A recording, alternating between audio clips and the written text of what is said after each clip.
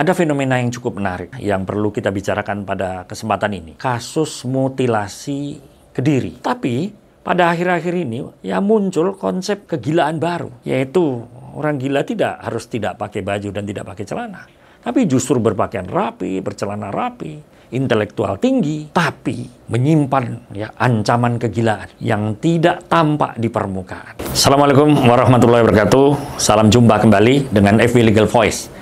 Saya Associate Profesor Dr. Firman Wijaya, SHMH, Ketua Mahobiki, Masyarakat Hukum Pidana dan Kriminologi. Ada fenomena yang cukup menarik yang perlu kita bicarakan pada kesempatan ini. Kasus mutilasi Kediri. Kalau kita tarik dalam rangkaian peristiwa yang pernah terjadi di Indonesia, kasus ini memang seringkali fenomenal dan menimbulkan perhatian yang serius bagi publik dan penegak hukum. Kasus Rian Jombang yang pernah terjadi, kasus Robot Gedek yang pernah juga terjadi di Indonesia. Kasus-kasus yang sejenis ini dengan tingkat sadisme yang tinggi, sesungguhnya fenomena apa sih ini? Kalau orang memaknai orang gila, secara klasik biasanya dia tidak berpakaian dan tidak bercelana. Tapi pada akhir-akhir ini ya muncul konsep kegilaan baru, yaitu orang gila harus tidak pakai baju dan tidak pakai celana, tapi justru berpakaian rapi, bercelana rapi, intelektual tinggi, tapi menyimpan ancaman kegilaan yang tidak tampak di permukaan. Nah, ini menarik yang perlu saya sampaikan kepada para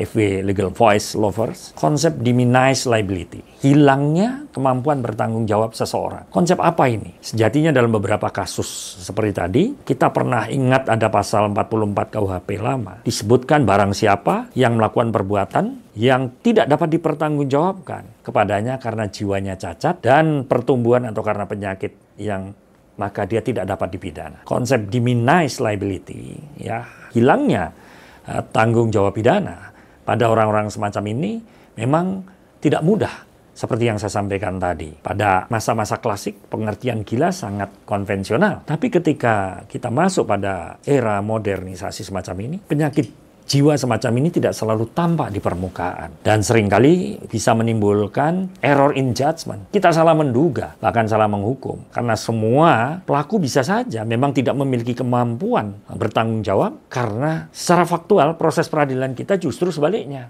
menghukum orang-orang seperti itu. Jadi orang dengan perilaku semacam ini berakhir dengan penghukuman. Saya ingat apa yang dituliskan oleh Shirley Lynn Scott, What Makes Serial Killer, Apa yang harus dilakukan pada orang-orang yang memiliki penyakit kejiwaan atau gangguan kejiwaan yang tingkat kejahatannya bisa membahayakan keselamatan publik, seperti pada kasus Kediri ini dan kasus Jombang dan kasus yang lainnya. Shirley Lynn Scott mengatakan kasus pembunuhan dengan pelaku yang sering dimaknai atau distilahkan psikopat, dan kalau itu mengganggu stabilitas sosial sebagai sosial psikopat, maka pembunuhan berseri semacam ini kadang-kala sulit sekali untuk mencari pelakunya, menemukan pelakunya, bahkan memberikan hukuman yang tepat. Karena seringkali pada kasus-kasus semacam ini atau pembunuhan yang dilakukan dengan secara berantai, efeknya pasti menimbulkan ketegangan di masyarakat, teror di masyarakat, bahkan teror terhadap penegak hukum. Apa yang harus dilakukan? Dan ini memaksa aparat penegak hukum untuk menentukan sikap yang tepat. Nah, disinilah pengaturan tentang diminished liability, kalau kita lihat dalam beberapa referensi lama, itu di dalam Reglement Het-Krankzijn atau Reglement Rumah Sakit Jiwa dan Undang-Undang Nomor 3 Tahun 2006 tentang kesehatan jiwa, termasuk penjelasan pasal 44. Nah, klasifikasi gangguan jiwa di sini memang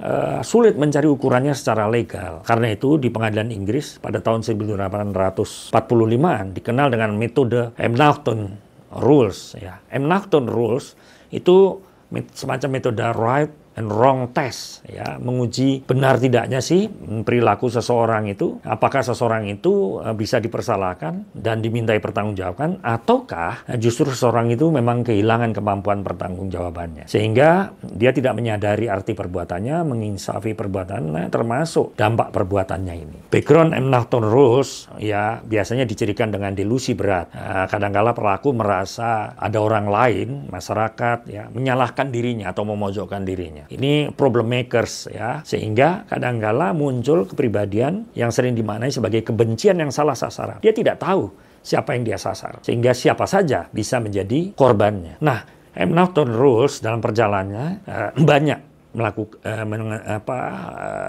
melakukan kekeliruan-kekeliruan para aparat penegak hukum dalam melakukan treatment, sehingga dievaluasi ulang pada tahun 1922 kalau tidak salah, karena konsep yang dibaca oleh para psikolog, psikiater dan ahli hukum pada waktu itu adalah semacam irritable force, ya, semacam gangguan serangan yang dari dalam yang tiba-tiba muncul, yang membuat kepribadian seseorang seolah-olah bisa berubah dengan seketika. Konsep M. Norton Rules ini kemudian di Amerika Serikat ya dievaluasi dengan insanity defense, ya, konsep baru yang disebut sebagai antisocial personality atau disorder mentality. Ini yang kemudian di dalam buku yang saya buat, saya fokuskan pada psikopat dan sosiopat, yaitu perilaku yang dipandang atau saya anggap gagal di dalam berperilaku sosial. Kemudian dia mental emosionalnya antisosial atau sering disebut sebagai split personality. Nah, ini kondisi yang abnormal psikologi karena para psikopat dan sosiopat itu sulit memang dia menyesuaikan diri dengan masyarakat. Bahkan struktur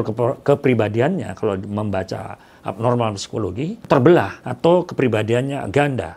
Atau saya katakan juga gagal dia berperilaku sosial. Nah, ini bisa tampak dalam beberapa kamus yang dituliskan dalam Dorland's Illustrated Medical, ya, Dictionary. Di sana disebutkan sebagai insanity defense itu adalah harus memiliki syarat mentality disorder yang dipenuhi dengan irritable force, ya, satu proses mentalitas yang sulit dibaca, perubahan yang begitu drastis dan cepat, seseorang yang dari baik kemudian menjadi beringas. Insanity defense ini memang seringkali bagi para pelakunya sulit dikenali dia itu memang memiliki perilaku jahat atau tidak lewat ciri-ciri fisiknya. Maka tampak yang ada di dalam fisik di permukaan, saya mengatakan semacam mask of sanity, semacam topeng yang tidak bisa kita lihat hanya wujudnya, ya, wujud aslinya, wujud fisiknya, seolah-olah dia baik. Padahal sebenarnya di dalamnya ini semacam topeng saja, ya, yang menyembunyikan ketidakwarasannya itu, yang bisa memanipulasi keadaan dan situasi dirinya dan lingkungannya.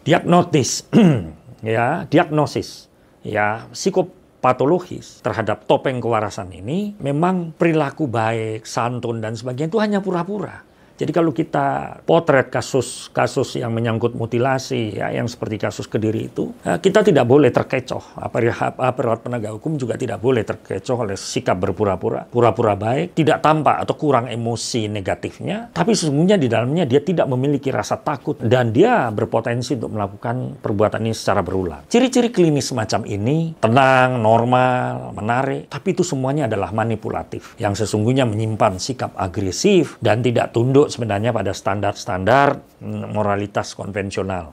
Ya, misalnya tidak kelihatan dia punya sikap depresi atau delusi berat. Bahkan tes verbalnya, tes akademiknya, dia memiliki kemampuan akademik yang tinggi. Nah, situasi semacam ini memang perlu kesimpulan para analisis tentang abnormal psikologi secara konseptual, termasuk rancangan KUHP ke depan dalam menghadapi kasus-kasus yang mengancam keselamatan jiwa masyarakat. Mudah-mudahan abnormal psikologi adalah tes pemandu yang selalu harus hadir terhadap gejala-gejala fenomena-fenomena yang muncul, yang merupakan representasi, ya, manipulasi dari ekspresi kegilaan yang tersembunyi, yang bisa saja membahayakan tidak saya saja, tapi bisa kita semua, termasuk Anda sekalian. Salam hormat, FW Legal Voice. Sampai jumpa. Assalamualaikum warahmatullahi wabarakatuh.